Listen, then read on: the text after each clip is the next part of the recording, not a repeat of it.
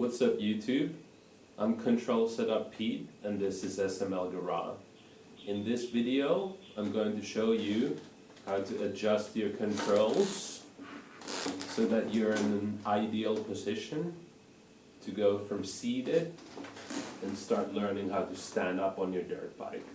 So when you set up your controls for standing up on the bike, you want to make sure that when you're in attack position that your wrists are lined up straight when your finger is on the controls. For the foot controls, you want to make sure that you can move your foot and shift gears without having to move your hips too far forward. So a very common mistake for beginner riders is that their bike is set up for sitting. So their clutch and their front brake are straight with the bars. So what happens when you start standing up on the bike, your wrists are in an unnatural angle and it's going to be hard to ride standing up. Same thing with the foot controls, they're usually set up too low because if you look at my foot now when I'm sitting down, it's angled down, so it's easy to get it under here. But when you're standing up, you want to be able to keep your hips back while you go and shift your gears. To adjust your hand controls, you have to loosen them up. You can just loosen it up enough where you can move it by hand. And then you can stand up on the bike and adjust the controls wherever you want them. After that, you just tighten the bolt again. Another thing to keep in mind, if you have space, you might want to move your controls in on the handlebars so that your finger is as far at the end of the clutch lever or the brake lever as possible. That allows you to operate the controls with one finger only. To adjust the front brake, you will follow the exact same steps as with the clutch.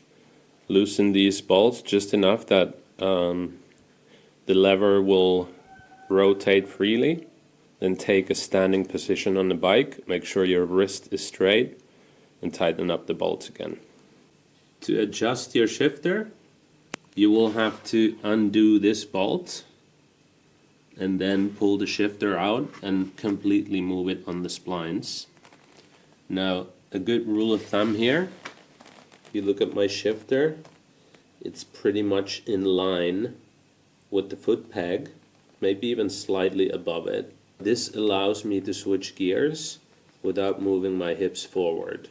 The last thing we will adjust on the bike is the rear brake lever.